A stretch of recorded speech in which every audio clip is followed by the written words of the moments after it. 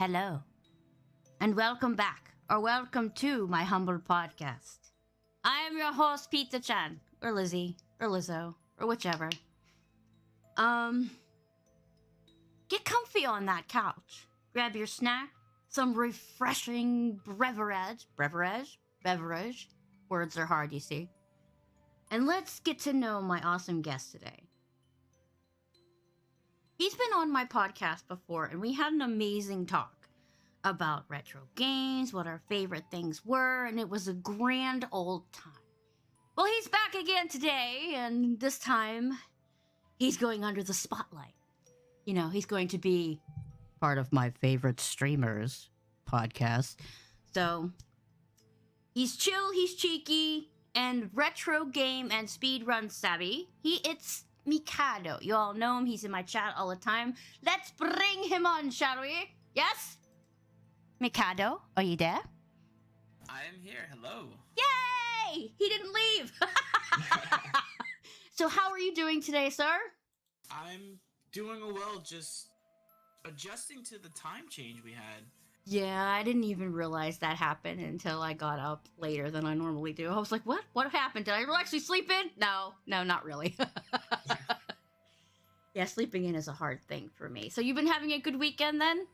I have been. I've been relaxing most of the weekend, and then getting myself ready for another busy week at work. Work is so great, isn't it? Oh, of course it is. It helps pay the bills. And the gaming habits, which is more expensive sometimes than the bills. Yes, it is. Depending on what you buy. Exactly. Yes. All right, so you've been on my podcast before, like I said earlier. We were talking about retro games, but this time I'm going to be grilling you about your streaming career and the such. Are you ready? I am ready. Okay, tell us about you, some hobbies, etc. Well, I've always been a gamer since I was a wee lad of 2 years old. From what my family was telling me, I was playing Super Mario World 3, the first stage at the age of 2. Didn't believe it until I witnessed my nephew playing Streets of Rage 4, going through the first stage, playing Sunset Riders, playing that first stage, getting through the entire thing, making it up to the train level. I'm like, you're only 3. How are you doing this? What kind of child are you? But I realized he's my nephew, and I was like, oh, so this is what everyone was talking about. I still don't believe it. But yeah, I've been a gamer for a very long time, and some of my hobbies that I do is I cosplay when I go to conventions and stuff. I don't really go to many conventions, but when I do, I try and look the best I can. So I've cosplayed as Delson Rogue from Infamous Second Son. I've done an Assassin's Creed outfit. I've done an Umbrella Resident Evil outfit. It's more of a mix between Vector and Wrench from Watch Dogs 2. Excuse me if you don't know who that character is. They wear a digital mask with spikes on the front, so I figured that'd be a cool post-apocalyptic mask to have. So I kind of put those. About it. I stream. I guess you could say streaming is a hobby now. I was looking forward to doing it as something in the future, but due to times and again bills, I don't think I have that kind of time, or I don't want to say motivation to continue doing it. It's just not the right time, if that makes any sense. I've noticed a lot of people are dropping back because of work and other life issues. Some people are getting real sick and all of that. So it's like a lot of people that are full-time streamers or streamed at 5 days a week are dropping back to 2 or 3 days because it's just too much anymore. Yeah, COVID is quote-unquote over to everyone, or many people. So they're like, all right, let's open up everything and have everyone go back to work. So the 2 years of being isolated is now over, and we are going to be seeing the drops in a lot of things. A lot of people I've seen have COVID, which is really scary that they're not acknowledging it anymore. But everybody like really has it, and they're like, "I'm not talking. I just have COVID. It's fine. It's like it's not a thing anymore." But it's still kind of scary how fast it spreads. But yeah, Yes. yeah, that was my first gift of this year was to have COVID. Yay! Like, hello, 2023. Here's COVID and bronchitis together. It's great. Ugh, It was great. It was great. But I was thinking about you're always talking about Streets of Rage, and in your picture on the overlay you actually have the Streets of Rage. Would you say that's one of your favorite retro games? Have we talked about that before? It is one of my favorite retro games. Yeah. Not only was it a beat 'em up, it reminded me because I live close to the city of New York City, so seeing movies or having video games that remind me of New York City or any type of big city, I tend to keep. So I actually have a collection of games that probably aren't on everyone's A game list or even worth keeping, but I have like the first prototype. I have the Ghostbusters, the video game, anything that takes place in New York, I keep and have no matter how bad the game is. Just, I don't know, probably it's a New Yorker thing. I enjoy seeing things like that. And having those is just pretty cool. But Streets of Rage, the music to that game was way before, way beyond its time. Like, I think anyone who hears any track from that game would fall in love with any other track from that soundtrack. I want to say the first two games had kind of similar, but still pretty decent and awesome music. But the third, I don't know. I didn't play much of the third, to be honest with you. I heard it wasn't the greatest of the trilogy, and then the company decided to drop 4 after 20 odd years. So Streets of Rage again has been a big part of my childhood. That and not so much Final Fight because I was still a kid, but that was another game that I did enjoy playing as a child. Oh, sorry, I had a cough there. Oh, you're good. No, I admire people who have that kind of game. That the game that they completely become fangirl over, no matter who they are, where they are. Somebody mentions it, your antenna pop out of your head and go, "Hello, what? That's like me with Resident Evil. It's like, who's talking about it? I must go join them because I love games like that because it just brings out. It's like, oh my god, you feel exuberant. It's like, yes, I want to talk about this all day because I can.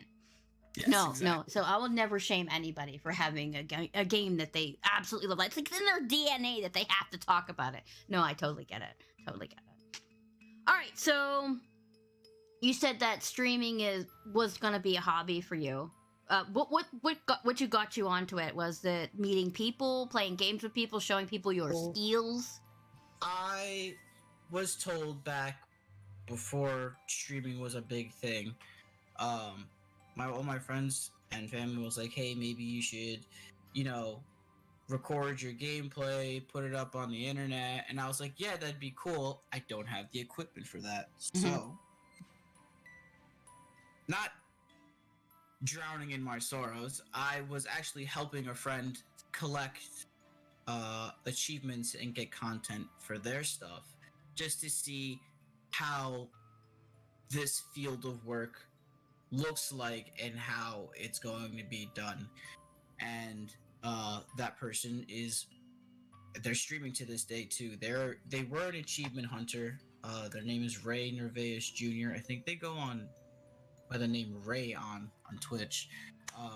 He was known as an achievement hunter, and I was helping him collect his achievements, whether it be simple, "Hey, pop this game in, stand here, or help me get here, do this, do that," just to help him get his stuff. And he's actually called me out in a couple of his streams where we brought up memories and had pretty cool stuff in our past brought up. But I want to say that he was a huge inspiration to getting me into streaming and seeing how other people would come in and help, how many friends and people that they have met throughout their journey. And I was just like, you know what? Let me try this. Because during the time I had started streaming, which was when I got my PS4, not having an actual setup, I was like, screw it. I'll stream whatever I'm streaming to see how this field is. I started enjoying it, but then realizing and seeing everyone else who streams, they had a layout, they had this, they had that, and I was like, I should actually start to save up and move from starting from a soapbox to a different area. But it's, along the journey, it's not a long journey, it's, a part of the journey, and then going along with it to do all this streaming. Yeah, everybody starts somewhere though. They start with their crappy gaming headset for their mic, or they start on their console or junk software and their computer and their stupid mouse. And eventually, when they get their other stuff, and they're like, "Yay!" But you can start at the bottom and be the most amazing streamer ever. So, but I'm lazy when it comes to overlays and stuff. It's like I actually have to allot time to go and do that. So it's like I don't have enough time to sleep as it is, let alone do that. So. But yeah, I tried. I had recently caved in and was like, you know what? I've had this same overlay from a friend of mine for a while, and at the time they were, I don't know if they still are going through a few things, so I didn't want to bother them. So I went on to Etsy and just said, screw it, let me buy a few emotes, because the one artist I'm waiting for, I'm pretty sure, is extremely busy. Mm-hmm. And I was like, I need a new overlay. Not that this is bad, I just need something new to look at. Mm-hmm. So I decided to break down and spend, I think I spent $60 on Etsy for an overlay and like 3 emote packs, and just figured I could swap things in and out until I have the space for emotes to actually be doing what I would like to do. Mm-hmm. But I was tired of having people sub. I felt bad, not tired. I felt extremely bad when people would sub just to have ad-free viewing, and I had nothing to give back to them. So I figured, let's finally do this instead of waiting for the right people that I would like to have as an emote artist to give to you guys. Having ad-free viewing is amazing now. So that's worth the sub. It's worth the $4.99 not to have an ad pop up every 5 minutes. You know what I mean? So, yes. But emotes, I understand. This is one of the best things there is for an affiliate, is to have your own emotes. I have an emote army. I have so many emotes. It's ridiculous. I hound the same emote artist all the time. I'm like, I have more ideas. And she just laughs. She doesn't care. And she does them within like 3 days. It's like, you don't have to do them that fast, okay? But, yeah, it's a whole thing. It's a whole thing. But emotes says a lot about the streamer themselves, of what your emotes are, and what it's usually mostly about, like, inside jokes. Your emotes. So I didn't get a chance to see your new emotes. What are they? I'm sure you have one of the packs, because I believe one of my emotes is the same as one of yours. Really? Yeah. The umbrella logo one. Oh, yeah. That artist. Yeah, for a few that of my one's stuff. Unanimous in the Resident Evil community. Everybody has that pack just for that stuff. Yes, I get it. All right, so what's the story behind the M3rcado name? There's always a story. There's always a story. Well, this one isn't that fascinating. It's basically a name I grew up with that I didn't want to have as a nickname, because it is my last name. Oh. So everyone in school was just calling me M3rcado. And I've been in schools where obviously my first name is a very common first name to others, so we started identifying each other by last names.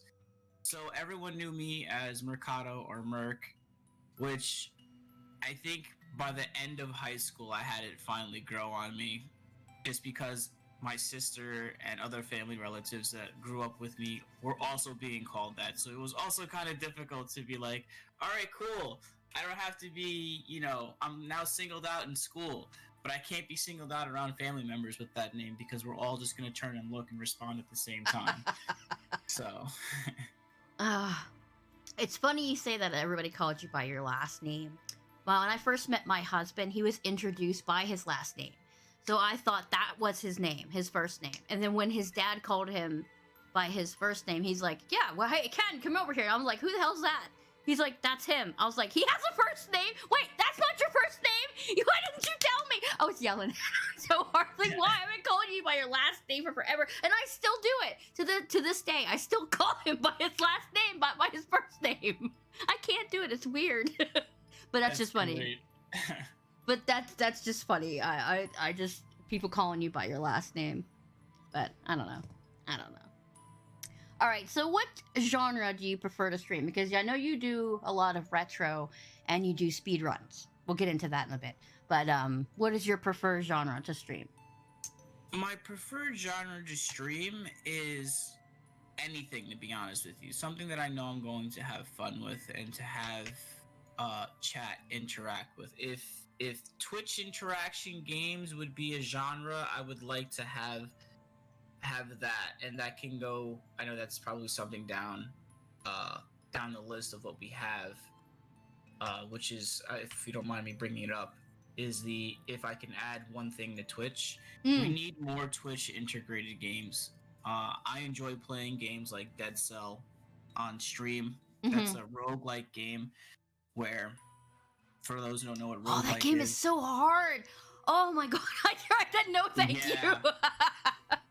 Every time you start the game, your starting point is the same, but ever since you pass that door, the whole map layout is going to change. So that one spot you thought was going to be this one entryway could lead you to a whole other world, or it's not there anymore. So with that game, chat can actually help you or screw you over by being a sidekick chicken if the streamer allows it, if the host allows it. At that point, the chat has to stay on top of it, and it's risking a delayed time.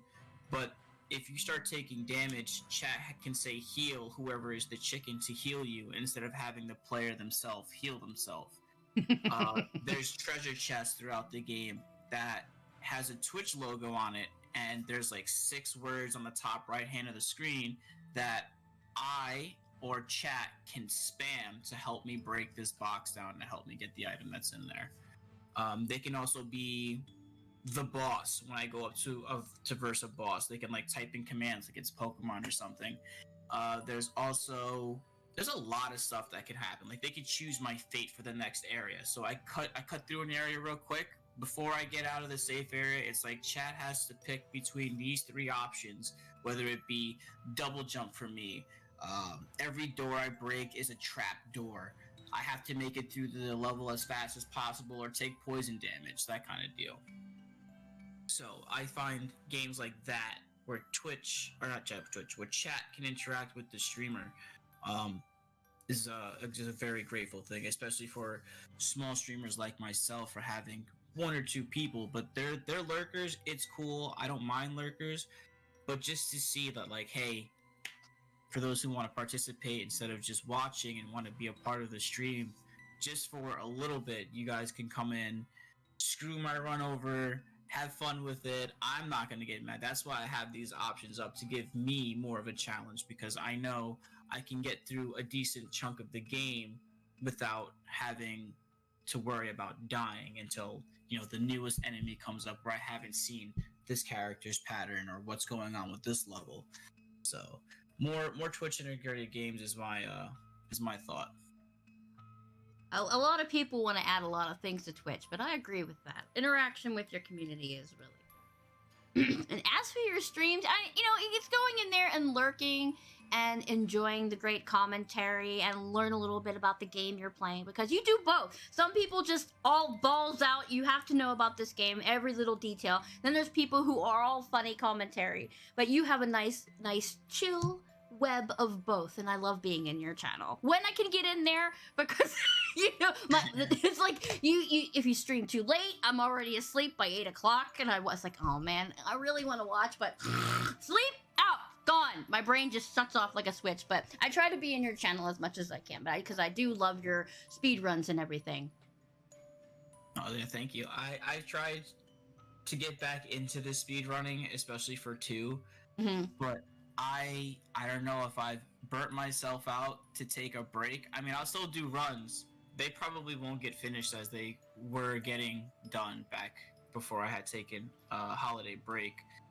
But it's it's come to the point to where, not that I don't want to run it anymore, the competitiveness of trying to stay above top 100 has gotten a little out of my hand because I'm still struggling at 60 minutes, and I know I can fix it and I know I can do better, but with 4 right around the corner, I want to be able to finish 4, not speed run it, but finish 4 before, the month is up, so that when I finish 4 and get my fun out of 4, I can go back to 2, kind of have like a fresh de-rust, probably get a couple laughs out of the runs that I would be doing for it, but just be able to not worry about doing the same strats, runs, not having always the same outcome because of RNG, but more of a 1 to 3 chance, as to where this next upcoming title, I feel like there's a whole lot more RNG than there was in 2. How Excuse me. long? How long have you been streaming? Well, from a PC, about 2 years, 2.5 years. From my PS4, I would say on and off, because I didn't have a schedule. I didn't have anything really set up. It was more, all right, guys, I'm home from work. I'm going live. Hit the share button and just start it up. I didn't really know what I was doing. I don't know an exact date or what year. I want to say maybe 2012, when the PS4 first came out. I started a first stream or something like that, but it wasn't constant. I'm pretty sure I had quite a few months off from being streaming, but I did notice there were people who would hop into those streams, had hit the actual follow button that I didn't even know. I don't know if they're still following me to this day. But I know that there were people coming in, chatting about what's going on. I think I was probably streaming some Resident Evil. It's been so long, and though at the time I wasn't saving any of the VODs, because when you start from a PS4, you don't see those options. You have to go onto Twitch to do that. Oh, I didn't know that. Yeah, for the longest time, I never had a computer. Like, I had a computer back in the 90s, maybe early 2000s in middle school. I had a laptop after I graduated high school, but then that became very obsolete, so that when one of the major pieces that I needed, they were like, yeah, you have to get third party. It's not an official piece from Apple anymore. And I was like, all right, cool. Well, I'm done with Mac products. I would rather just build a computer. So 15, 18 years later, running, using my phone as a web browser, as my computer to do everything. I finally got this computer that I want to say gifted, basically.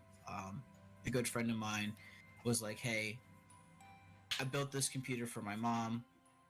She is using Macintosh because she's more of a Macintosh user. This is more of like an office computer, which we can upgrade along the way. I'll give this for you for like 250. I was like, sure. Streaming, sure. Let's start this up. I have a few pieces. Let's go. They helped me out. They upgraded me with a graphics card for it. They helped me with a solid state drive for the computer, and I had also pitched in to help with this. And we started streaming together for a little bit, but then I was going through a different route for streaming as they were going through a different route. So I had to. I'm gonna sound like an asshole about this.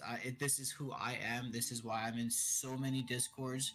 I don't mean to be someone who abandons someone. I feel like I had abandoned them, but I'm one of those who's like, yo, you want to start and get lifted up? I'll be there. But then when I see that they have their group, their community, who they're hanging out with, I still pop in and say hello, but I'm not as active as I was to help lift them up to start their community and their group of friends. But I know that I can always go back in there and say what's up to them. And I'm always grateful for my friend Fred, who had gifted me this computer and helped me get to where I am now. Again, they did my first overlay, my first intro screen. the stuff that's on that intro screen will lead you to their Discord and stuff.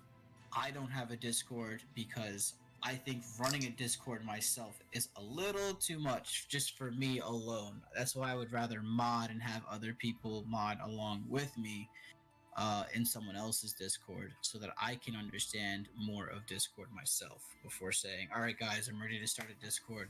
Because I've seen things in people's Discords where they've taken like security precautions, and I'm like, I don't even have that knowledge yet. Oh my I god, would yeah. like to learn about this before I have a fucking disaster in my Discord for one strange reason. I don't know. Some asshole decides to join. Alright, let's just flood with all this nonsense and no. Don't need it. Don't need it. I know a few people who have like the Fort Knox of security systems on their Discord because they had stalkers or whatever. It's Yeah, like exactly. you go in there and you have to answer like 50 questions and then a mod has to verify you. It's like, oh my god, okay? I feel a little bit naked and vulnerable right now. I promise I won't cause trouble. But yeah, I get it. Discords are streaming is scary in itself, but having a Discord is even more scary because you get one bad egg and he stinks up the whole thing. He or she or they stink up the whole thing. So it's like, you gotta be careful. You gotta have good tough mods or a bot that'll kick everyone's ass, basically. Yeah, I'm running 2 bots on my stream, and I mean, I still have to learn how to use them properly, but I still am dealing with those, hey, come to this site and buy this, become famous, blah blah blah. Like, no. Wanna become famous bots are awesome. They changed their lingo, so it's never the same anymore as it was. Yeah, so they have a paragraph they print now. Usually SiriBot picks them out like that and bans them out, but not lately since they've been having shaming their verbiage all up, and they just write a paragraph and you're like, are you kidding me? You just took up my entire chat with your nonsense. Thank you very much, bot. Yeah. I was like, oh, somebody's writing me. No, damn it, it's a bot. You get excited there for a minute. Okay, let's talk about your favorite thing. Speed running! When did you start speed running? I started speedrunning about 2 years ago, 2.5 years ago, with when I started the whole PC setup. And this is gonna go into basically why and what got me into it. I was just regularly running Resident Evil 2, collecting trophies, because I had gotten a bad habit from my friend Ray. So I was just collecting achievements for Resident Evil 2. I was just about done. I think I was doing Minimalist, which is getting through the game without opening the chest. And I was like, alright, cool, I can do that. I can pick up the main keys, go to every door that they need to be used, and get rid of the key. Mm-hmm. So I don't really have to go back to the box. However, I managed to do that, beat the game that way, and unlock Carbon Footprint, which is beating the game under a certain amount of footsteps. Oh, really? Yeah, and I was like, hold on, you're telling me I beat the game under 17,000 steps because I went this path? And then I was like, wait, I took my time to go to every door and open this and still beat it under this? Alright, let's see if I could beat it under 2 hours, 2.5 hours. Mm-hmm. Did it then, and I was like, oh wow, I'm going to sell myself right now to people who need achievements. I'll say, here, I'll give you this achievement for $20 or something like that. So I went to a friend's house, and he was like, yeah, man, I'll give you $20. Do this for me. Sure, beat it within 2.5 hours. And lo and behold, the next month or so, my friend was like, hey, I see that you're playing Resident Evil under Claire. Do you know Leon's route? And I was like, no, but I could learn. So I started learning from watching other streamers such as Lucy Lover, Bakbasup, and a couple other famous speedrunning streamers, that I was like, alright, I could learn these routes. This is going to collide with another question that's coming up. What is my favorite stream up to date? Would be the race that we had. We had a speedrunning race You can tell it's like the beginning of our streaming days because we had two different microphones set up. We had my Elgato set up and we had his headphones set up. But for some reason, it again, first time doing it, we didn't have the audios down properly for the microphones. So if you do watch the link or the video that I can give you the link to, you will hear that our audio was kind of echoing in the room. But the race itself was so close to like at one point near end game, you can feel the tension in the chat and then the race on what's going on. So I can give that to you right now what that is, but that's still one of my favorite streams to date. I've always wanted to do a race. I mean, I'm not fast at any game by all means because I get distracted by everything. Like, oh, what's over there? But but I think it would be fun to race somebody. I mean, have a slow race. Who can do the longest? Who can get lost the most? You know what I mean? Because I refuse to use maps in like any game except Dead Space because you have that little light thing that tells you that tells you where to go. So yeah. But that's just me. All right. So I the other day learned something in my ripe old age that there are different categories to the challenges. So there's speed runners, challenge runners, and achievement hunters. So I was like, what? I was so excited to learn about all these different like subcategories of gaming. It's like, oh my god, this is so cool. I'm gonna have to learn about them now because I was at first I really hated speed running and speed runners. It's like you guys aren't enjoying the game, but I was terribly wrong. I was horrifically wrong because speedrunners love a game so much that they have to know everything down to the second. And I do mean second.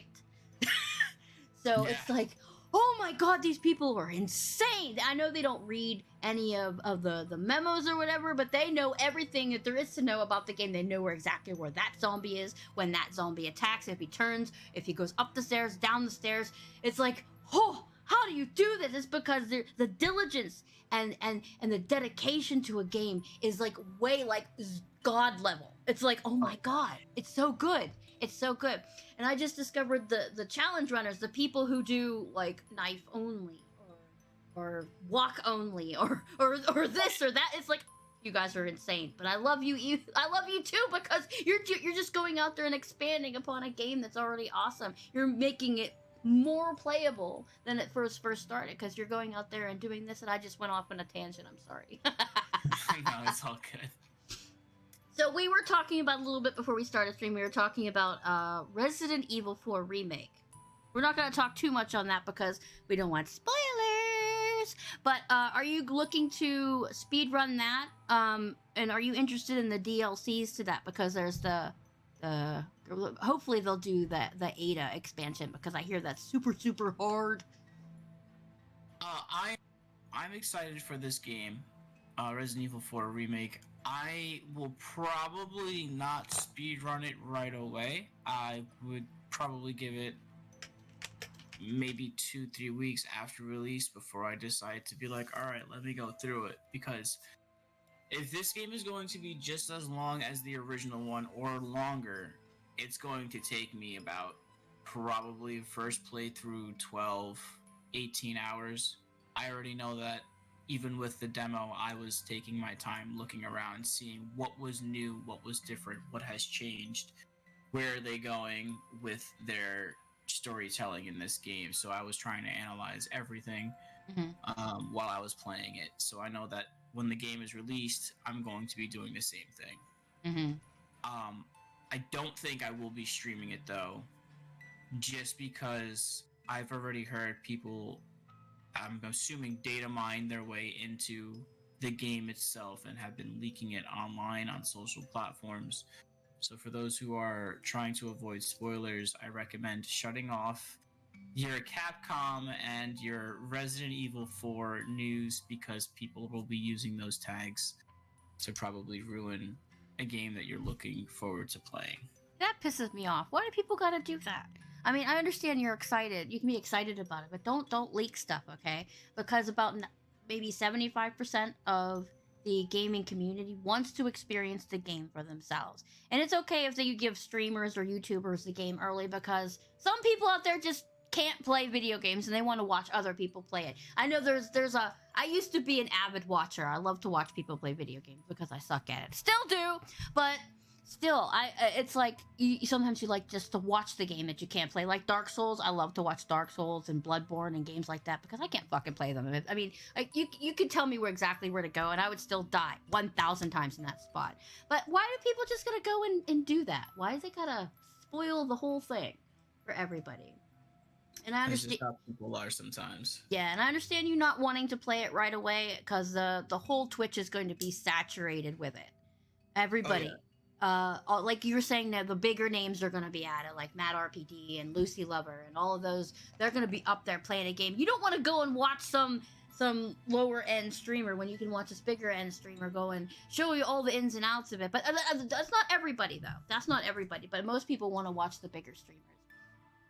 And I was thinking about doing it. A lot of people want me to stream it. I will be off that entire weekend, which is amazing. Nice. But I don't know if I'm gonna stream it all. Maybe I'll just do like a couple of hours, like the first couple of hours of it, and then go play the rest myself. Just for the people who want to see me yell and gush over Leon, because a lot of streamers like. When you play Resident Evil, I like to sit and listen to your pathways and what you're doing and the RNG notes, and it's like, why aren't you picking up this ammo? I love listening to that stuff, and a lot of people go to streamers just for that. Oh, I want to hear their point of view of this game, this and this and that. But yeah. So I've been debating whether to stream it or not. So if you don't stream it, that's cool. A lot of people I know aren't streaming it day one. They're gonna go through it, play their 30 hours. Snoop through every nook and cranny to see what they can find, and then eventually play it. But yeah, that usually happens with big games. Dead Space, I had no choice. I had to play it day one. Dead Space is good. That's fair. That's fair. But Resident Evil is one of those games. And then we get to my favorite subject, which is Resident Evil. You do a lot of Resident Evil 2. I'm not sure if you do the OG or not, but I see you do the remake a lot. Do you speedrun any of the other ones? I can't remember. Casually can speedrun through Resident Evil 3 OG. Mm-hmm. It's just I need a Xbox 360 controller. I'm using my PlayStation controller when I do most of my streams because Steam allows me to do it. But I have modded emulators of Resident Evil 1, 2, and 3, all OG, but they have heightened graphics. So the seamless. Yeah, so the pixels are very, very clear. I've seen some of those. This game looks like a blown up version of like a cell phone mod, if that makes any sense, where it is clear, you can see what's going on. Sure, the background, you can still see that, oh yes, these are PS1 graphics, but running it on, if I could run it on a phone, I would do it in a heartbeat. All three games to play on the go with a wireless controller, I would love to do it. But playing these games, sometimes when I try and stream it to my OBS, it doesn't come up. Or it does come up, the game sound can't be heard. So there's the thing about these mods where you can't really stream it the way you would like to stream it, because even though I may hear the sounds, you, the streamers, don't hear anything or don't see anything. So I haven't really been messing around with them too much to try and have it up on my stream. However, I do have an alternate way. I have a modded PlayStation Mini, which is the actual little mini device that came out maybe 3-4 years ago.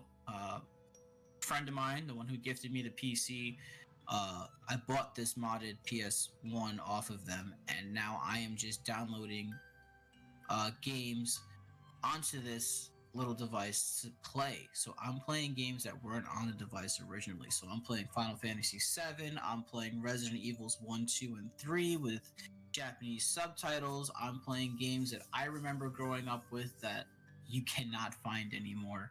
That's amazing. Did you get the 1.5? Did you get that on there? I don't think I can get the 1.5 because it's not an actual PlayStation ROM Okay. because I can only do ROMs. I can't do like actual emulators. Oh, okay. Okay. I can do whatever was actually created as like a burnt from a PlayStation 1 game per se. So, I mean, even trying to play a childhood game that was introduced to me very, very early, which shouldn't have, uh, Samurai San, I think it's called. Hmm. You play as this cowboy samurai, and it was like during the time of Duke Nukem Time to Kill and the whole Lara Croft, original Lara Croft games, Duke Nukem. how they played, where it was kind of still tank control, but you can run with it, and Mhm. then you can do your side flips. It was that kind of gaming animation. I don't know if he did side flips, but that whole movement, you're running through an actual 3D laid out town, but when you would kill the boss, fight the boss and kill them, you had this like button mash type of fatality so that the more buttons you press and the combinations you pulled off would cut this boss into smaller pieces. So if you're a huge fan of like the old school samurai shows where they would quickly open their sword and then close it, put it back in the sheath, and you just see like one slice, but that the person gets cut into 6,000 slices, this is one of those games. Awesome. So I remember trying to play that on this emulator and can't because there's something wrong with the ROM. So where Mm. once you do the tutorial or if you beat the first level, it can't load the next part of the game. It just kind of soft locks into a black screen. I'm just like, You it know was what? fun while it lasted. You know what? Just you talking about that, I had an idea for a future podcast about finding obscure video games. And I think you would be an awesome co-host to have for that. Oh yeah, I'm down for that. Because you know a lot about the old retro kind of games that no one's ever heard of. So that might be fun. Oh yeah, I'm definitely down for that. See, I knew you would be. But anyway, what was I gonna say? Oh god, my brain just went. Oh, you were talking about rewind back a little bit about Resident Evil 4, about the length of it.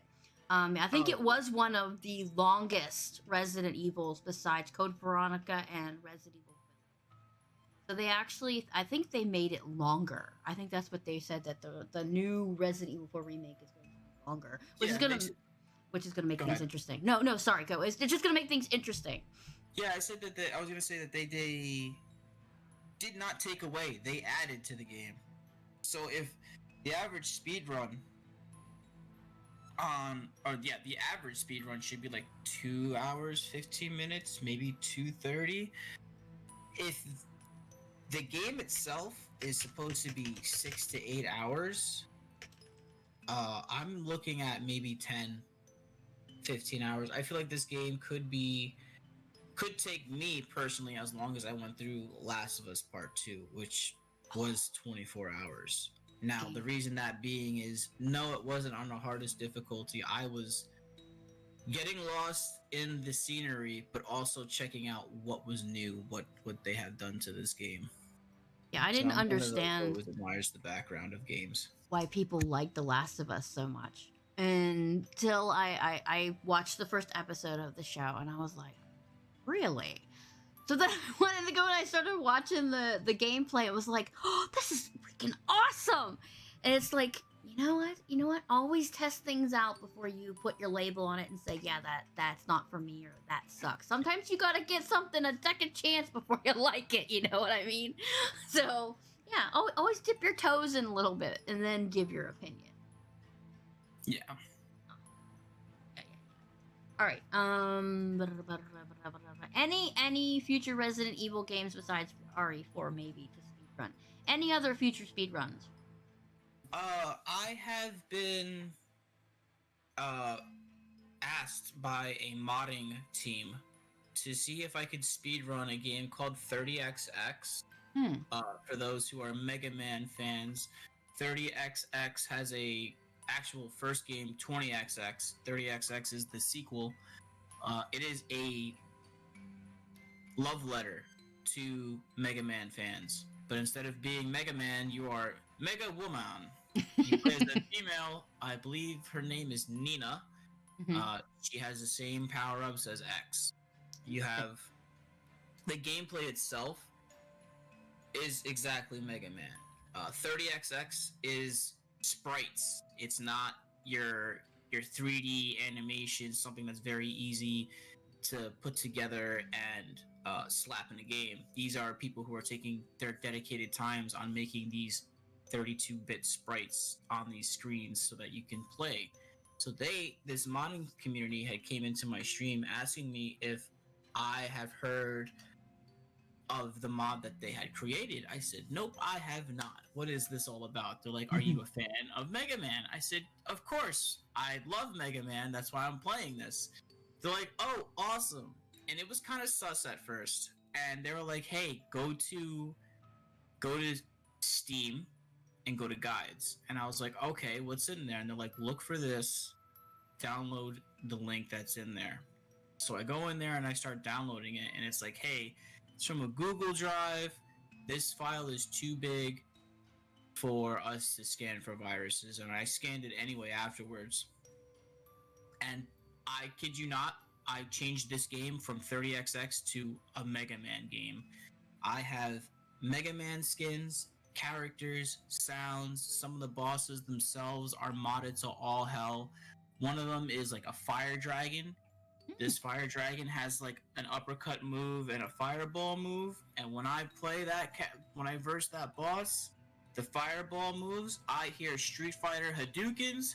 The uppercuts, I hear Street Fighter Shoryukens, and I was just like, bro, I love this. Like, I have a suggestion for you guys for this mod. They're like, go ahead and shoot. So there's these statues on this one level that shoot fireballs. I said, when these things fire, you need to have them say Yoga Flame or Yoga Fire. They're like, we'll think about that. We're just testing these things out. So they said if I could speedrun the game with their mods attached to try and shed some light on this mod, because there's a lot of people that really want another Mega Man, and we haven't gotten an actual Mega Man in quite some time. The last, I think, Mega Man game that came out was X8. I could be wrong. I'm not into the whole Mega Man scene because I played bits and pieces throughout the series. My first one was Mega Man 2, which I believe was one of the hardest Mega Mans to ever come out. And I was playing that on the original Nintendo Entertainment System. So, 2 buttons and a D-pad. That was a lot of fun. You gotta love that. Yep. I was playing that for a while. I think I played maybe another one growing up. I think it was Legacy for the PlayStation 1, which then got ported over to the Nintendo 64. And then I played Mega Man Battle Network 1. Beat it. Battle Man Network 2, I got maybe halfway through and stopped. I don't know if it was because I just lost interest in the game or that I had another game come out and I was at high school at that time. It was like, all right, time to move on and play other things. I want to say maybe just ADHD kicked in school. It was just like, you got to put this down and do something else. So that's why. I am extremely glad that April 14th that they are going to be dropping the Mega Man Battle Network collection on Steam and other platforms so that I can actually go back, play the games that I grew up with, and then some, so that I can finish the Battle Network story at least. Because I feel bad for those who are waiting for the Mega Man Legacy 3, which we were supposed to get for the DS or 3DS, and they kind of quietly said at one point, like, hey, yeah, that game that you were wanting, yeah, it's canceled. So, yeah. Nah, you can't have that. Yeah, it was upsetting for a lot of those fans because they had even asked the fans, like, hey, we need your help. We need your ideas to see how you would want this game to go. I don't know who partook in it. Again, I wasn't a huge Mega Man fan. I'm still not a huge Mega Man fan, but I will play a Mega Man game and enjoy a Mega Man game. I'm not one of those fans that's like, well, he's known as Rockman in Japan. I'm just like, I know that. but I'm not going to be going down through every detail of like which Mega Man is who from what era, because there's like 6 different Mega Men, I believe, and I don't know every one from each one. I just know that there's a Legacy Mega Man, a OG Mega Man, and a Battle Network Mega Man. And X. Those are the only Mega Men I know. And I'm pretty sure someone can just be like, "Oh yeah, but you're missing this and that, and there's a story with this one and that one." So nope, I'm not going. I'm not about it. I'm all about the pew pew and the shoo shoo, man. I love that. I love that. They need to remake Parasite Eve, though. Okay, need to remake that. Square Enix does need to make another Parasite Eve. Need to do something with it because you can't just leave it off where it was. And they need to remake Code Veronica before somebody firebombs them. Seriously. You can't leave it like that. It is an undiscovered gem, okay? It's just so unique because it's like the median. It's the median between tank controls and the new style Resident Evil. It's when they're starting to progress, you know what I mean? And then you're just gonna leave it there dangling. It's like, hello, I am Code Veronica. They're waving, hello. No, you need to remake it. You hear me, Capcom? Like, there's somebody from Capcom's actually gonna pay attention to what the fuck I say. But still, you need to go and remake that, like, pronto, okay? Do it. Do it now, and we may forgive you. All I can picture is seeing the Code Veronica case from Dreamcast. Looking up at Capcom, just screaming "Father" as Steve does. Oh yeah, I first played it on the Dreamcast. I started it up, but was like, oh, what is this gorgeous thing? I freaking hate the controls in Code Veronica. They make me mad. But I love the game, the soundtrack, the environment. But Steve can go to hell. But still, everything else in the game is great. It's like, we will forgive you for creating Ethan Winters if you remake Code Veronica. Please. Oh my god, yeah. Okay, what is your favorite Resident Evil? Is it Resident Evil 2? You played a lot. It is actually... So, I have love for both Resident Evil 2, the original, and Resident Evil 3 Nemesis. Those two will have a very dear spot in my heart. One, I grew up with. 2, I was introduced with 1. My friend had the original PlayStation case. I'm talking original case that was the size of a Sega Saturn case. This thing is as big as a fruit roll-up box. I kid you not, this thing was like, oh yeah, we'll have this huge gigantic box with 3 inches on the top and bottom of empty plastic space for no apparent reason with this long-ass book. I love it. Inside. So I was like, I want that game. That game scared the shit out of me at my friend's house. I want that game for my birthday. So at the time, I'm gonna sound old. I'm gonna be a fossil right now. At the time, I walked into Blockbuster. And I remember going to the playable demo kiosk that they had at every Blockbuster. Oh my god, yeah. And Resident Evil 2 was on there. And I was like, I want this game. This game looks cool. You could play as this cop. There's zombies. You're not in a mansion. You're in a city. I was like, this is really cool. I want this. So when Christmas came around, I had gotten the Resident Evil 1 Director's Cut game that came with the Resident Evil 2 demo. So I was like, alright, cool. I can start with this game, play it a little bit. I'm 6 years old. I'm shitting bricks. Can't get past the first zombie. Watch my sister play through that game. Which was, alright, cool. Then my brother-in-law, who was... So my sister and her husband have been together since high school. So my brother-in-law, when I'm at 6, was like, yo, there's this game called Silent Hill. You should check it out. Bop, bop, bop. Yeah, I got you, man. I like horror games. I'm playing that. Man, I get to the alleyway with the little babies with the knives. No. Pause the game. I go straight to him. I'm like, bro, how do I get past this part? There are these little characters with knives eating my shins with kitchen knives. What do I need to do? He goes, oh, you just need to die. I said, no, I don't want to die. That's why I came in here. He's like, no. You need to die. Just watch. I was like, okay. Death is imminent. Died. Little Wake peen up stabbers. somewhere Yeah, I else. hate those Yes. guys. See the cutscene and wake up somewhere else. I'm like, what kind of game is this? I'm 6 years old. I don't know what the hell is going on. I'm running through this fog with this radio. Things just spawning left and right. I said, nope. No. I make it down to where the world starts to change. Mm-hmm. And it just got dark. And I just see rusty fences and darkness. I was like, yeah, nope. The siren goes off and you're like, what is that? PTSD. Every time I hear that siren, I'm like, oh shit, it's Silent Hill. Oh The no, darkness no, is coming, no, guys. no. We gotta go to the church. Let's get out of here. Yeah, the it's just that game it's a whole different experience. You know what I mean? I've always loved creepy things, so naturally I'm drawn to creepy games. Like, oh yeah. It's crazy that recently, oh not recently, well I guess you could say recently, within the past 8 years, I had learned that that's actually a real spot. It is, And yeah.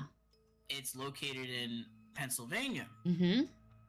They cleared Graffiti Highway, which was like a strip of road that led into, I forgot what the original town is, but what led into the real Silent Hill. There was graffiti there for years, and once COVID hit, they went there and cleared up Graffiti Highway with everyone's marking saying like, oh, Silent Hill is up ahead, people's tags, artwork, this, that.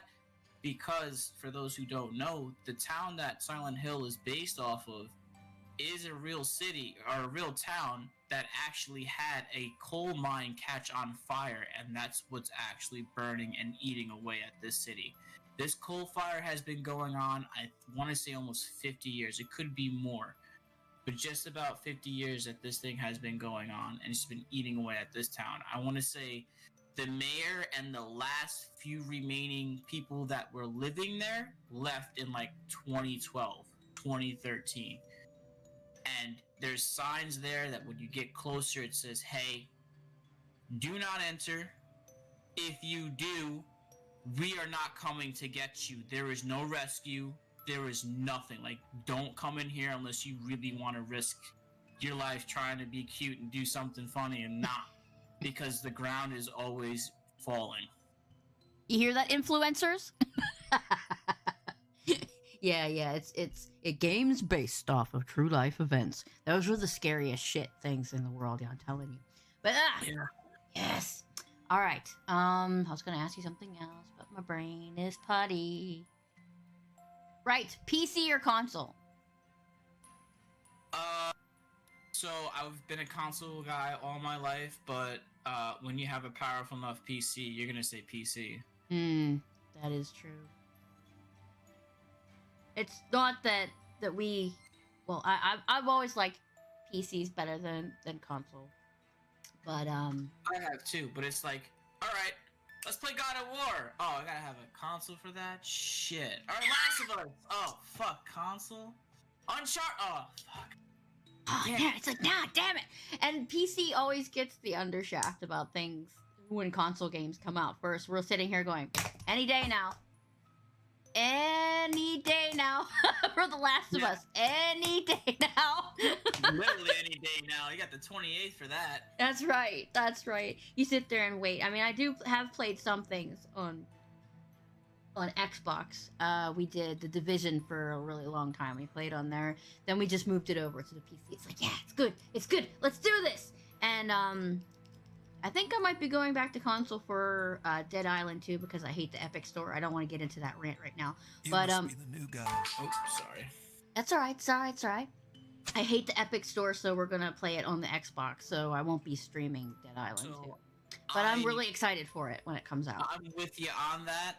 I just finally broke down, however, and installed the Epic Store so that I can play Fortnite on my PC because I'm tired of playing with people on different platforms. Mhm. But my poor PS4 Pro sounds like a jet taking off in Grand Theft Auto when I start that game up.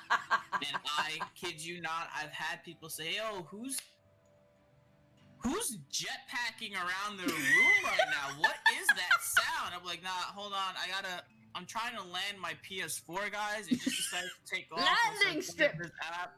Left. So I'm just trying to get it down, guys. I'm sorry." They're like, "Bro, you really need a new console." I'm like, "Hey, man, it's better on here than playing it on the Switch, because I'm sure that thing would have self-destructed my hands once I hit the go button on it." Yeah, mine sounds like that when I tried to start up Ark Survival Evolved. It's like, yeah, it's like, what do you want me to do, ma'am? I'm not that old. I'm not young anymore. My PC is probably about 6 years old. So starting up games like that, it's like, no, please, no. Yeah. It's so bad. But I understand the propelling around the room. My computer does that when I try to start up Ark. Ark is a ridiculous game. It needs its own hard drive. That's how much shit it takes up. So I don't mind survival games. Mm-hmm. Ark is just one of those I try getting into. And I'll try and give it a shot again, but I tried it on the PlayStation, which I don't know if it was because I was not on a Pro, and it was when it was first launched on the PlayStation. I took off the glare effect on it, and when I would just look at the water where the sun and moon would be rising and setting at, it gave me a glare no matter what time of the day it was. Nighttime, no moon. New moon is in the sky, but I'm getting a reflection from the sun or the moon or something that's just... It annoyed me, and I was just like, I'm not touching this. Don't the want to play anymore. perpetual glare and bloom in that game is horrific. If you hate bloom effects on your game, I have like a systematic thing that I do when I put on a new game. It's like, take off glare, take off motion blur, take off bloom. Everything always goes in that order. I do that not for myself. I do it for my stream so that it doesn't lag and eat up more processor than it needs to be using. Because I started, when I was streaming my experience for the Resident Evil 4 remake demo, I was just like, all right, let's just start it up, go. And I was just like, oh, fuck. I messed up. I left it on full screen because I was like, let's see how it is. And I didn't really test the OBS. So you see me on stream go like, hold on, guys. I'm doing a little head dance to see if, like, obviously the game's going to jump. Fair. I'm watching myself because I'm real life. I shouldn't be lagging. I shouldn't be having no tears in my face while I'm moving. So you see the stream actually, like, fix itself while I start making these changes to the game. And those are the things that I take off: is bloom, some shadow effect, blur motion. So I hate motion blur effects. It makes me so sick. I have to go and immediately turn it off, and the vibration of the control, that pisses me off. I have to immediately find that one too. But I was happy to see the accessibility of the new demo from Capcom, having the audio and the visual and the motion sickness controls, that you can have them shut off so people with motion sickness can play your fucking game. I was so happy. I was like, oh, thank you. I can play it for longer than 20 minutes without puking. I could not play 8. I could not play 7. Now I have trouble playing the original 4, 5, and 6 for the same reason. It's like I'm getting worse. So thank you for this control. Thank you, Capcom. I will say no more bad things about you for a month. I promise. But it's really good. It's really good. Yeah, I've actually been quite surprised and appreciative. Even though I don't use these stuff, I see that they are reaching out to other gamers who have slight disabilities or disadvantages while playing games. Yes. So giving them these options was really cool. And I want to say, I might even say seem biased, but I like how Naughty Dog did it with, I think it was with Last of Us Part 2, where they like actually nailed it with having the scenes being played out, having it being said, having it being shown between who's an enemy, who's talking, who's good, who's bad. And ever since then, I've noticed a lot of games, another one, Call of Duty Modern Warfare 2, the way that they handled it with their subtitles and all their other accessibility options was amazing, and I just think that every game company should have Yes. these options, or at least for those who are colorblind and for those who have hearing issues, there should always be some sort of option for them. Exactly. I understand those with controllers, such as they can't rapidly tap A, they would have to hold it. That should also be a basic default accessibility option. I might be missing others, but I would like to see how they would like. I don't know how would they go about uh, other disabilities and disadvantages from other players. So I'm happy that more gaming companies are doing the accessibility. I mean, even EA started to do the thing where they have disturbing images warning. They give you the option of shutting off the gore and everything for people who don't want to see that. People like I played Grounded. They have an arachnophobia setting where you can turn off the spiders, so they're just blobs running around. So I mean, it's equally as terrifying. But I'm glad that they're doing more of that.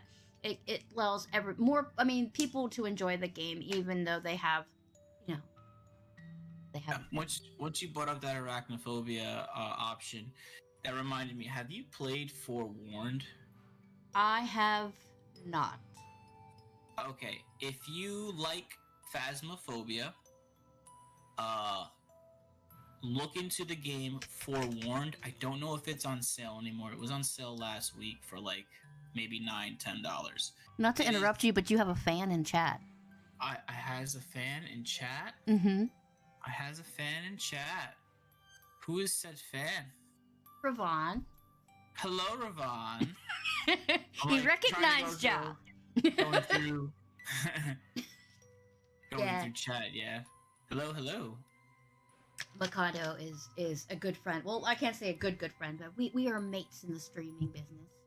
So I enjoy his witty commentary and puns whenever he streams. So. But yes, it's good. But as you were saying, I'm so sorry about the Forewarned. Is that the one with in Egypt? Yes. So if you are a fan of Egypt or Egyptian stories and mummies, this game is definitely one of those that I would recommend for someone to look into. I myself am not really into the stories. I know a few of the mummies, but like this does give you a background of like what each mummy could possibly do. It's like how it is on Phasmophobia, where you go into a location and you will see, hey, this one's doing this instead of this, and this one may be coming out when it comes in forms into a physical form. It comes out and has different ways of attacking you. So there's one that may look like someone in your group or may look like you. Mm-hmm. It will try and contact you through the radio saying, hey, I'm lost, can you come look for me? And if you look for it, it'll start chasing you, and then it'll stop moving and whistle. When the whistle stops, it then attacks you like a jump scare if you're within range. So this mummy was kind of a pain in my ass and also scary at the same time, because I'm with friends. Oh, I'm over here in this room. Oh, I'm over here in this room. Wait, no, you're not. You're right next to me. Like, no, that's not me. That's the mummy. Get out of there, bro. I was like, oh, shit. I love that. See, I knew you would like something like that because you play DBD. Yeah. Yes, I am currently taking a break from that until they fix a few things in the game, in my opinion. Uh-oh. Yeah. Doesn't sound good. No, I want your opinion now. So, I haven't seen a new update. I know a new killer and 2 survivors was just released this past week. Apparently a streamer that I had met through there was saying that the community is extremely toxic, which is fair. To be fair, it can be toxic at some times. I don't get those toxic vibes because I don't really stream when I stream with a TTV in my name. So I know that a lot of people who have been playing Dead by Daylight, streaming it, have been being attacked from gamers that were in their game, that were sore losers, trying to talk shit to them. And I was just like, all right, cool. Well, my own personal thing is they did an update where they took away the ability, not the ability, the passive ability where if you're trying to wiggle out of a killer's grasp before they put you on a hook, every time you would nail a great skill check, you would sway the killer a little bit, but then you're also progressing that wiggle bar a little bit faster instead of waiting to have to hit the next skill check. It was a second long that you would get this wiggle, but with the update, they took it out to where they traded off the 1 second to 0 seconds of wiggle, but put it on to like an extra percent or so of swaying. So if I'm running against the killer and I go down, the sway is now 6 meters instead of the 3 meters it would sway, but I'm still getting hooked.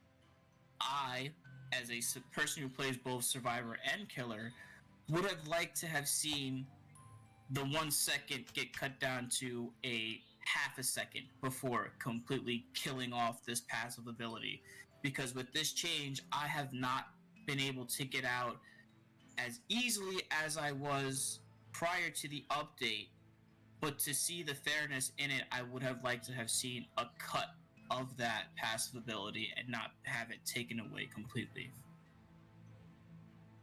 I don't play the game, so that sounds pretty reasonable to me. So yeah, and then there's just players that are what we call face campers, where they sit there and wait for you to get off the hook, or they'll camp you for someone to try and get you off the hook so that they can down them and then put them on the hook, which kind of kills the whole fun in the game. And that's why I'm taking a break, because I have noticed a whole lot more killer players with these few past updates have been doing. And I'm just like, well, if this is how the game's going to be played, I'll wait till this season to finish before I decide to go back into the game and play like I was before. Hey, you do what you need to do, you know what I mean? If you won't stay away from the toxicness of a game, you know what I mean? A lot of games, a lot of fandoms are toxic. So if you need a break from them, by all means, take a break and play Minecraft. But don't play as a community, because Minecraft community is horrible. Yeah. I mean, I haven't played Minecraft in a long time. I had stopped playing it when it was on the 360. Mm-hmm. And I basically let my friend borrow my 360 account. I'm paying for the monthly gold stuff, but they had my account on their Xbox, which they had built this beautiful Minecraft world. I'm talking like a replica scale, excuse me, of the Titanic, a scale of an airship, battleship in the water. Built a nuclear power plant, a castle, built an actual railway system, so that if you were to ride it, it tells you on every map where there's a cart going over a certain checkpoint. Like, they gutted this map and turned it into a beautiful world. And I was like, I can't do that. I don't have time for that. The fact that you sat here and legit added electricity to your world to do this with the railway system, yeah, no, I don't think I can do this. Yes, the Minecraft builders are insane. My heart goes out to them, all the little stones and everything that they have working. And some people build like roller coasters for the mine carts. It's like, what is wrong? Yeah. Look at this creativity. It's untapped creativity, untapped. All right, so we're getting to the end of the list here. What is next for your channel, sir? What is next for my channel? I mean, besides what I do most of the time, which is Resident Evil or speed runs, I'm probably going to be focusing more on indie games. Indie games are the best. Yeah, I figured I'm constantly just been streaming between Resident Evil and Dead by Daylight, maybe a few other games, but I've been finding myself off stream playing like Yakuza, because Yakuza is a great, fantastic series that I have joined too late to really be able to talk much about. I am enjoying what it is. If you are a fan of Streets of Rage, is a great example, but more of a 3D world. This game is about, I guess, a couple of people, but it definitely takes place within the Yakuza realm of being a Yakuza. But the writing to it is funny.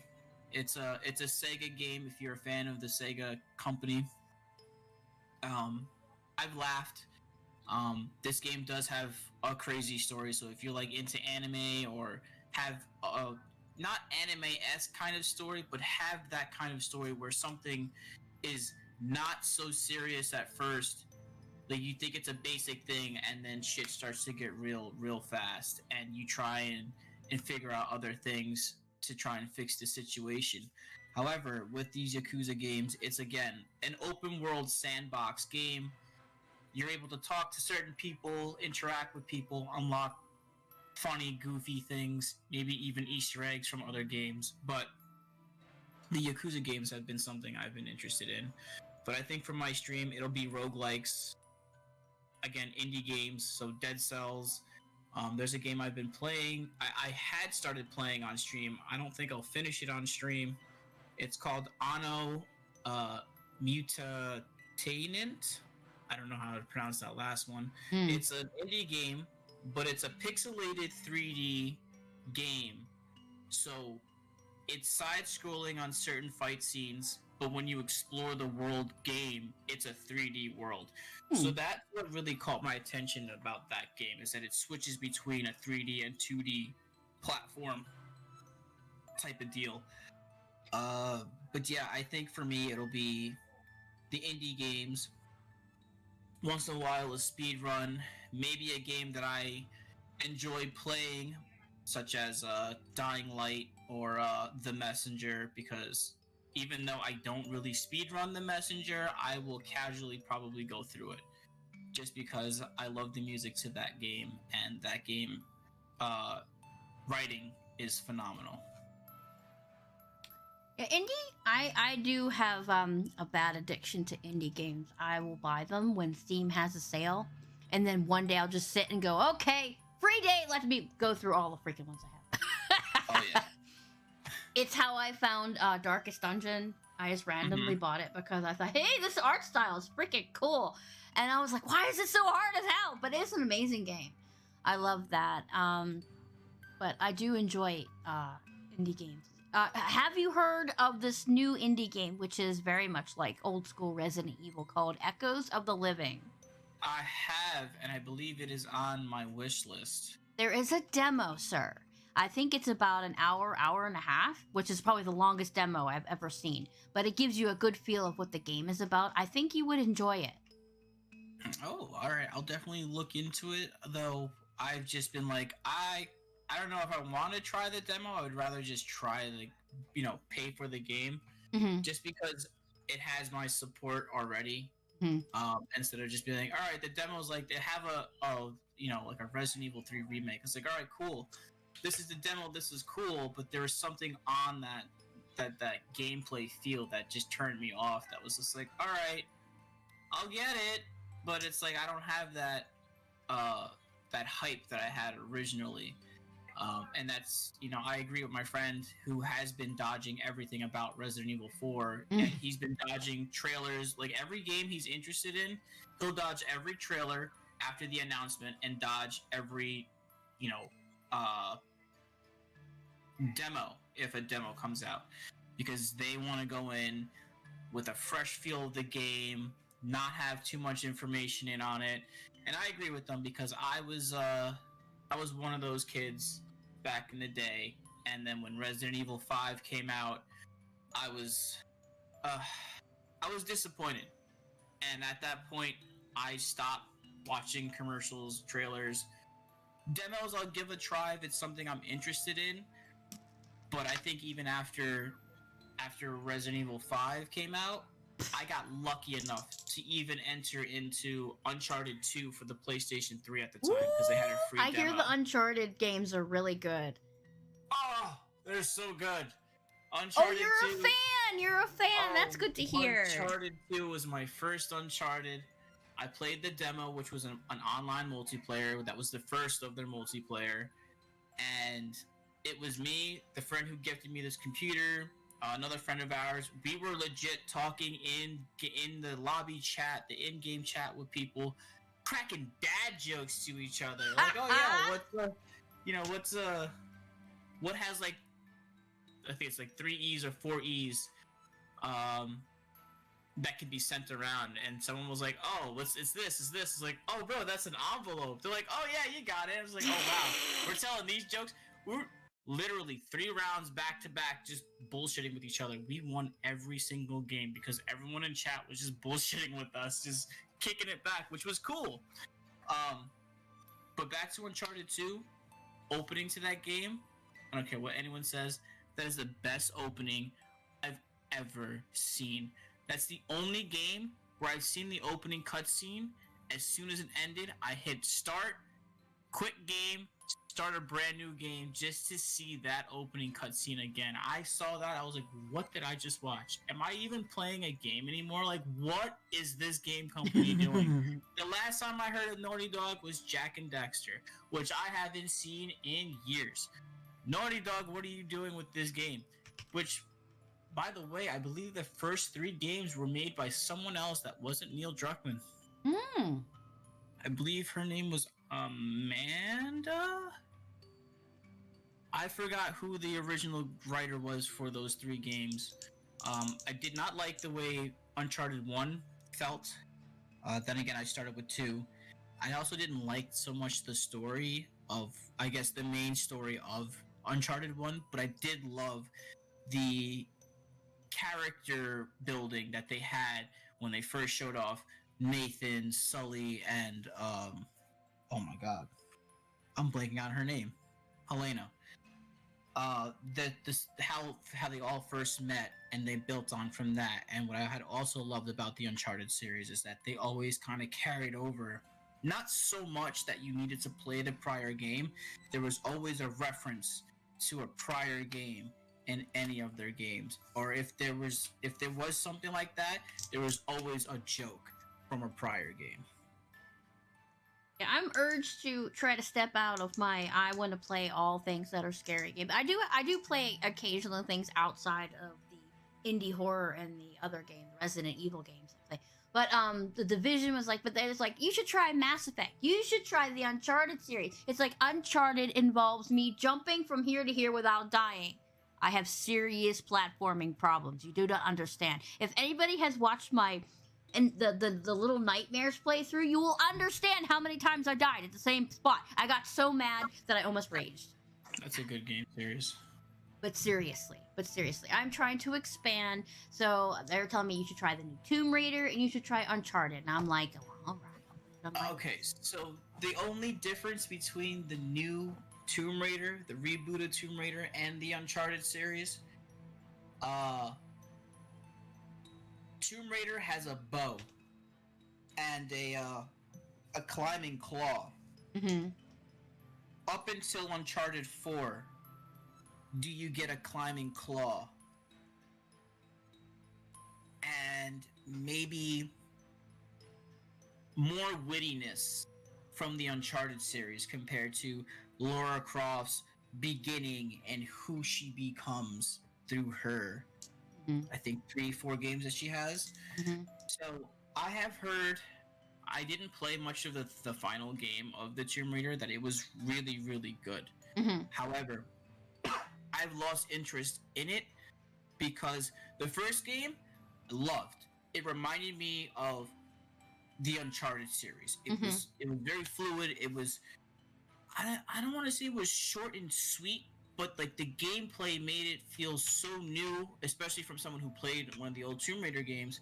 It felt so new and it felt so good to play a Tomb Raider game that way that I was ready for the second one. I played the second one. I think it's the story that didn't do it for me, or the map layout where it took place. I struggled through that game. I got to a point and stopped playing it for months and was like, I need to finish this game. The new one's coming out. I finished it just as the new one came out and then waited for the third one to come on sale. And I started playing the third one and was like, I don't want to do this to myself. I don't know why. And I could be biased. I just enjoyed more of Uncharted with the wittiness, the jokes, and how much more fun I would say I was having with that, because with Uncharted, it's more of a linear path. It tells you where you need to go, as to where Tomb Raider, it's an open world pathway. So yes, it is a linear path, kind of like a straight line, but it's like kind of like a Metroidvania. You do have to go back to open up other areas, or uh, get access to this other stuff that you saw earlier that you couldn't get to because you didn't have this equipment. Cool, great touch, but it's like, do I really want to do this for someone who isn't a player that's going to be doing all of this at once?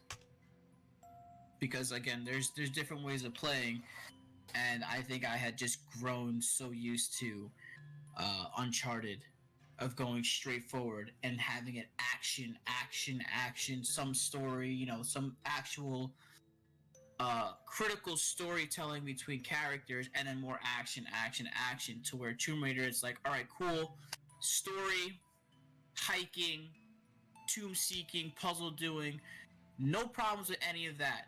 Just there's certain things about that story that I did not get into. There were certain areas that I had lost interest in playing at that point, because not because of the puzzle. It was just, okay, I have to jump here, climb here, and then jump across, to then go down to this one lower area, to then up, to go back up to somewhere else.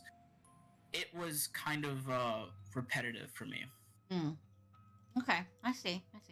I appreciate that synopsis of the game, because I'm always interested in trying new games, but then if they got a lot of repetitive stuff in them, although a lot of games I've had repetitive that I play, again, so that's my taste. So I mean, right now I'm being chased by naked not zombies, but cannibals. So you'll see.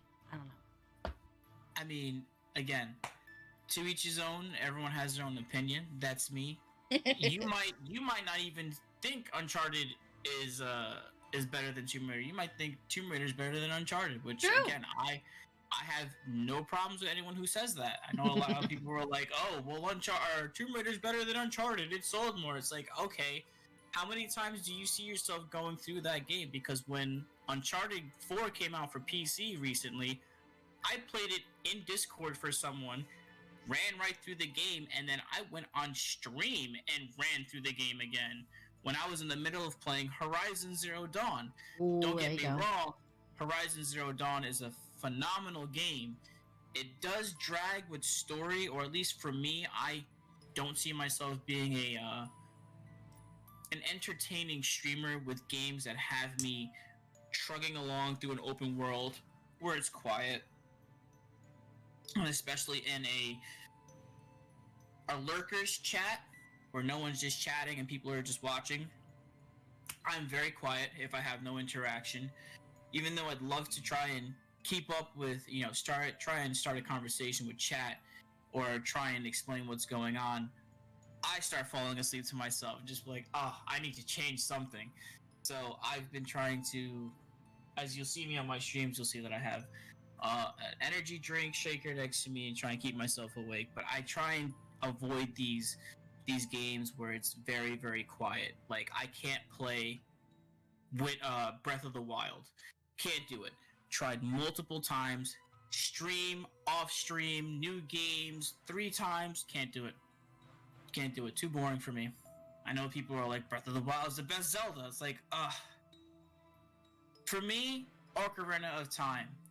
And if Ocarina of Time can't be it, I would say Majora's Mask.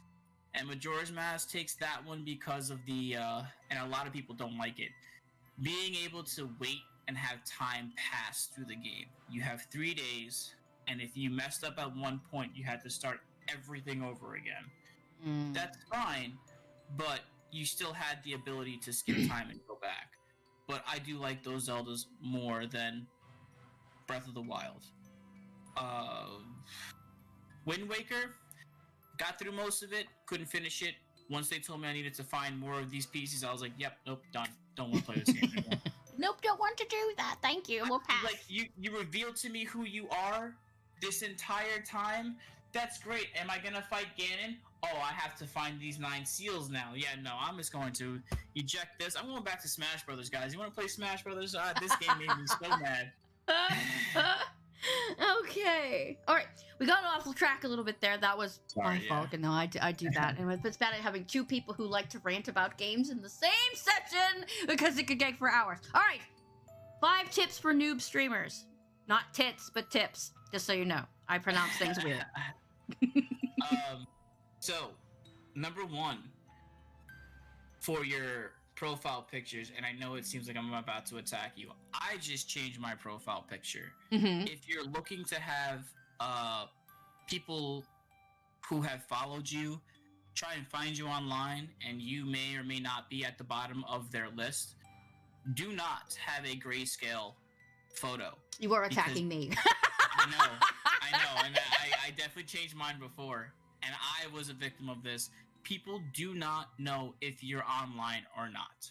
And I've gotten it from other people in my chat, and after I had changed my profile picture, someone who actually does a lot of streamer-friendly videos made a YouTube short, because YouTube and Instagram need you to do these shorts or these reels. Mm-hmm. They had said a number one common mistake is having a grayscale photo, because nobody knows if you're online or not.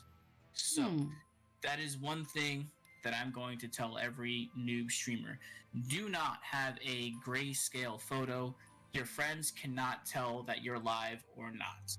Okay. Even though you may have a decent amount of numbers, people will be confused. Number 2, try and keep yourself active. When there's no one there, it's going to be hard. I still have this problem. Talk whatever the hell your heart desires. Try and keep it on topic with the game. If there is someone in chat, try and keep the conversation going, because if you drop the conversation, chat will think that you dropped it altogether. If you're not focused on like speed running like myself, because I'll try and keep a conversation, drop it for 2 seconds to get through a point, and then come back. Either my brain had farted and forgot the entire conversation we were having, or it was a little bit too long before I had gotten back to them on what we were talking about. Just try and even it may sound weird, make weird noises. If that's something you need to do to have someone in chat go, "What the hell was that?" just to start something up, do it. I mean, I sing usually. I make weird noises. I'll even say some stupid shit just to get a giggle or a laugh out of someone. Try and keep yourself active. 3, have fun. Don't worry about your numbers. Don't even give a flying fuck that you have. Sorry, a flying crap about what You your can numbers swear. It's may fine. be. I do it all the time.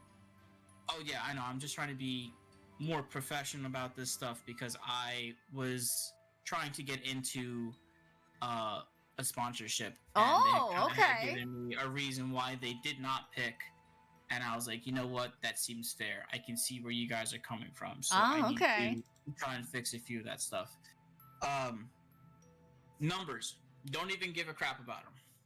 Just because you streamed 2 hours, 3 hours, you had 6 unique people, 1.5 people are normally watching you, and you had a total of 3 at one point.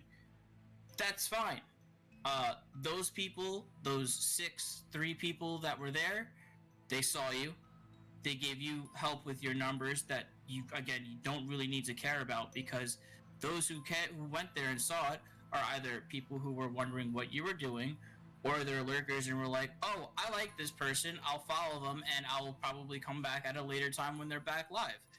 Those are the people that will be there for you for whatever reason you were there for, because I know I have people that I have follow me while I'm offline that I haven't seen ever, and they'll come in, they'll say hey, and if I did see that they had followed within like the past week that I had been streaming, I will not call them out, but when they say hi, I let them know that I had noticed that they're follow when I was offline, and thank them. Another thing, I guess 4, thank everyone who's in your stream, no matter if it's a lurker, a subscriber, a follower. Always try and be active with your chat, your community.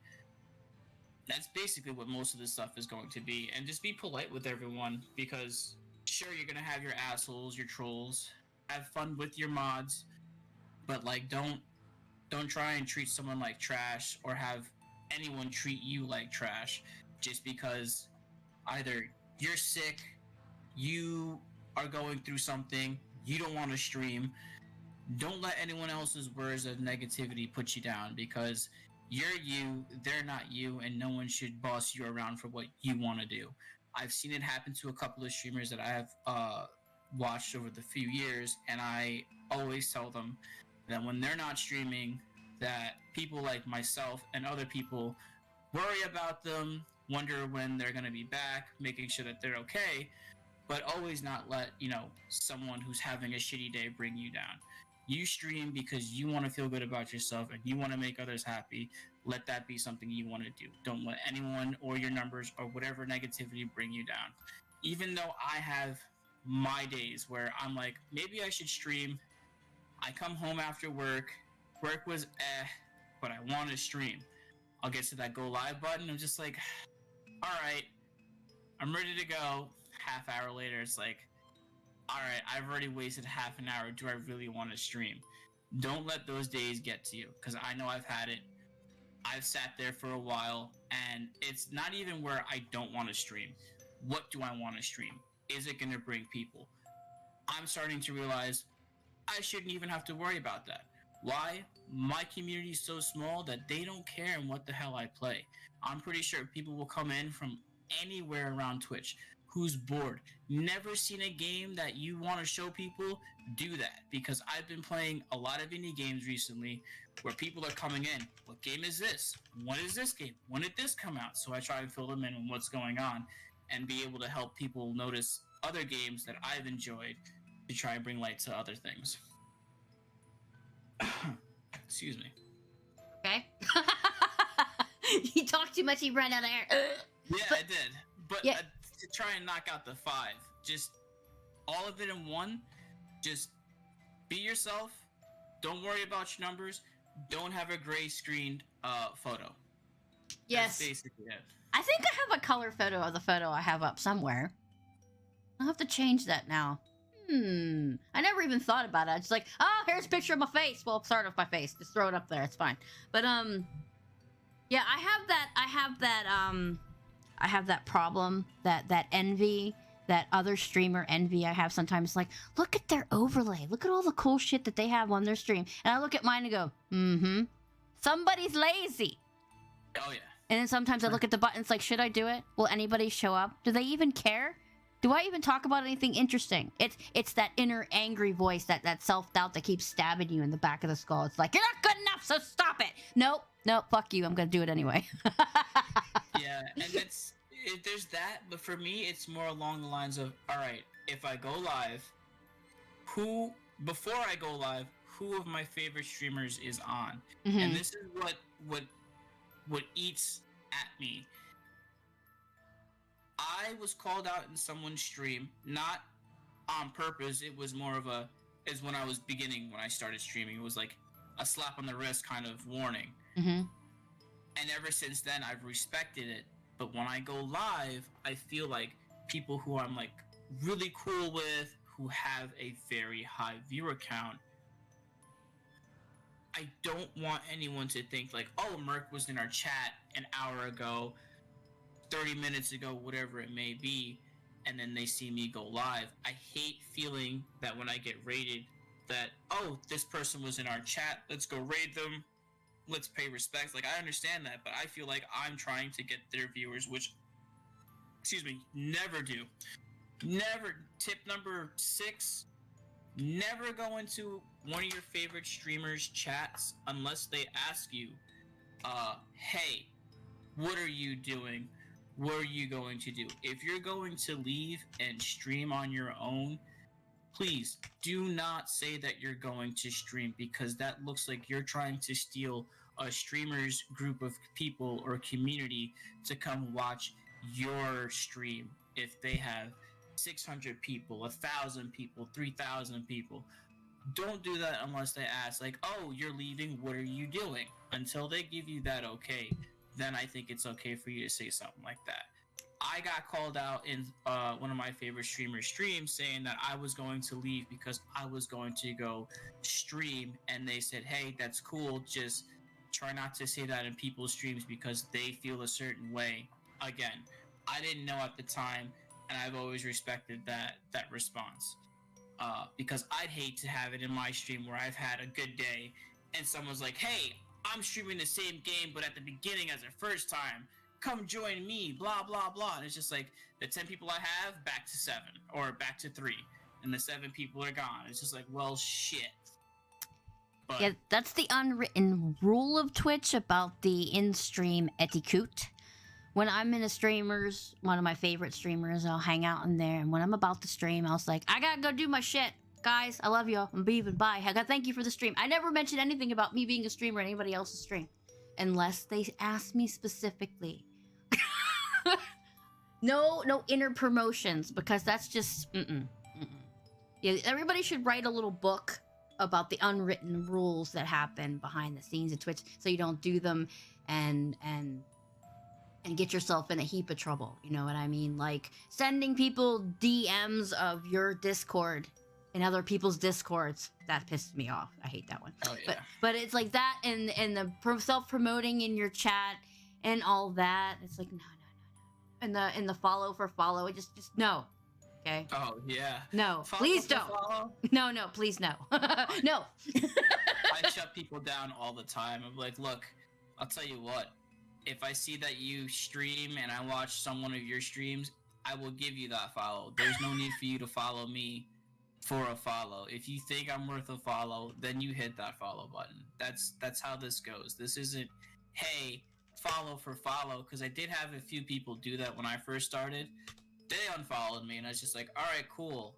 I'm sure that's what you wanted, but are you still streaming? Are you up to date? Are you like these other streamers, or was that just a fling, a hoorah thing, a fad, as it will be, to have a follow for follow? I can understand it is difficult to try and reach affiliate, especially if you're trying to get there fast. But the follow for follow will not just get you there alone. You need to have at least 3 people after your 50 followers and your, I don't know, 10, 20 hours a week.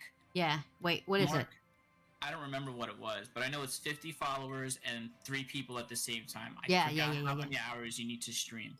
But it's going to take those 3, and the one that I was struggling the most was having 3 consecutive viewers. I had the followers, I had the hours, and then when I was, I guess you could say, when I was blessed with COVID 2 years ago. Blessed. I wouldn't call it blessed. I mean, I was affiliate. I got affiliation at that time. I was streaming the Blackout Club, which is a multiplayer indie game, which actually just finished last year. It was cool while it was being developed. They had the voice actors for some of the voices in the game kind of communicate to the players if they were in the office streaming or working on lines and stuff. And you would ask this entity, a question, and then it would reply to you. And if you were playing, they would invade your game as this voice, trying to guide you or deceive you depending on which voice you were talking to. That finished in October, December, and they had, I guess, finished the game. I never finished it myself because I was playing with people during the time when it was getting near end game production, and then the game finished. I haven't really seen anyone online playing, so I'm always down, and I'm always telling people about this game called the Blackout Club. It is 4 players. You're a group of kids in this small town. It does get repetitive because you're in this small section for like 10 times, but you're spawning in different spots like a roguelike. But when you start to figure out what's going on in this town, you unlock another block or 2 of this town before you get to the end game, which is, I think it's a particular building that I don't want to say in chat unless for those who are interested for spoilers. But there's a building at the end of this town that you have to get to, and I believe they explain what happened at the beginning of the game. But it is a good jump scare of a game. If you guys are interested in looking into it, it's called the Blackout Club. I think Dez actually bought that for me. I think I'll have to go through my list to see if I have it. Anyway, we're not gonna talk about that. Anyway, we've reached the end of the question. Actually, not of the questions. We have my off the wall question, which has nothing to do with anything else. It's just my weird curiosity. Okay? Don't take offense to it. Do you have any hidden talents? Like, can you write with your toes? Can you, like, wiggle your nostrils, wiggle your ears, pick up things, throw them with your feet? You know, that kind of stuff. At the age of 33, I could still play DDR. Really? Really? Yeah. That's awesome. I used to play a lot of that back when I had coordination. I was last playing a DDR machine recently, like a month ago. Not even. I was up at Lake George, and they had this machine called Stepmania X, which is the newest version of DDR. It's the same people who made In the Groove. Mm-hmm.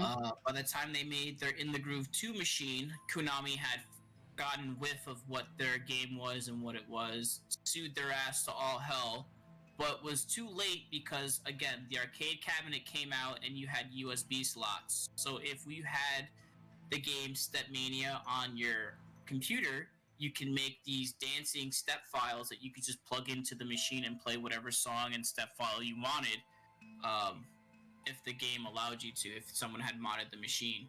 So people were modding those machines, playing the DDR game set list on this dance pad without touching a Konami-owned machine. So they sued them all to hell, and then this company came back with the same kind of dance pad, but with a center button. But it still has the same people who worked on the In the Groove machine, which actually started in New Jersey. There's an arcade called 8 on the Break where they beta tested the In the Groove machine and their Stepmania X machine. So that's what I was playing on.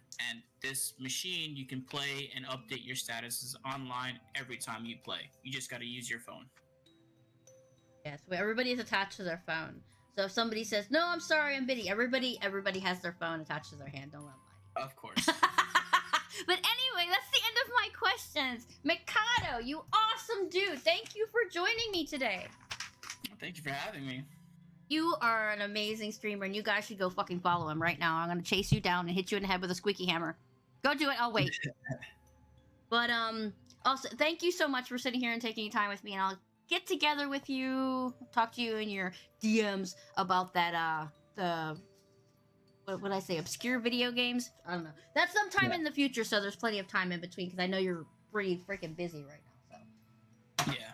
But, thank you, and if you'd like, you can drop off now, and then I'll do my hubbub afterwards, because you'll probably have to get something to drink after all of that talking.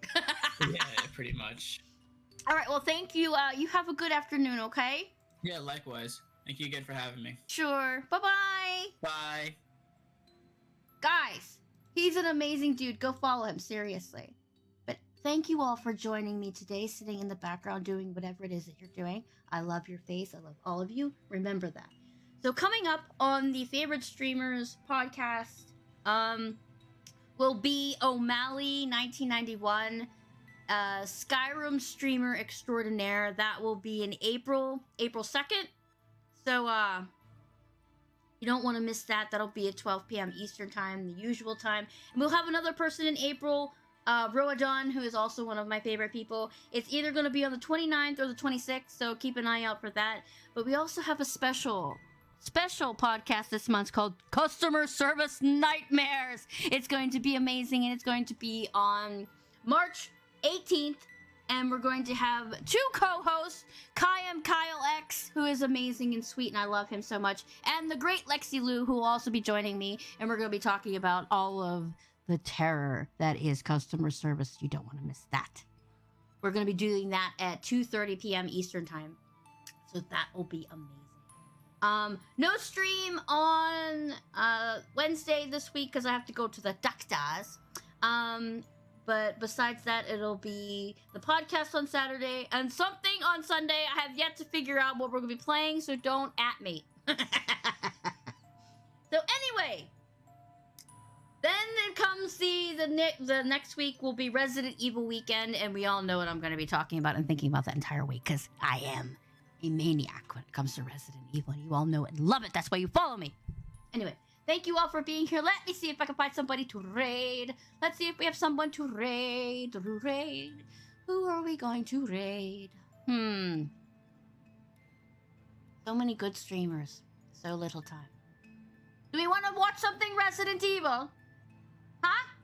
Do we want to watch something Resident Evil, yeah? Of course. Who's with it? Angie, we raided Angie not too long ago. Who else we got? Alien Isolation. I smell. Yes, let's go raid Matt. Hopefully he's still playing. Matt RPD, he is one of my favorite bigger streamers. He's fun, he's loud, he's slightly crazy, but that's why I really like him. He has a great community. He speed runs and always plays Resident Evil. Matt RPD, obviously he plays Resident Evil. But go follow him. He's amazing. Anyway, you guys continue to have an amazing Sunday. Eat some pizza, chill on the couch, play with your cat or your dog. And I will see you next Saturday for another podcast about customer service and Karens and Kevins, or Carls, whichever you want to call them. And I love you, and I'll see you then, okay? I love you. Bye-bye.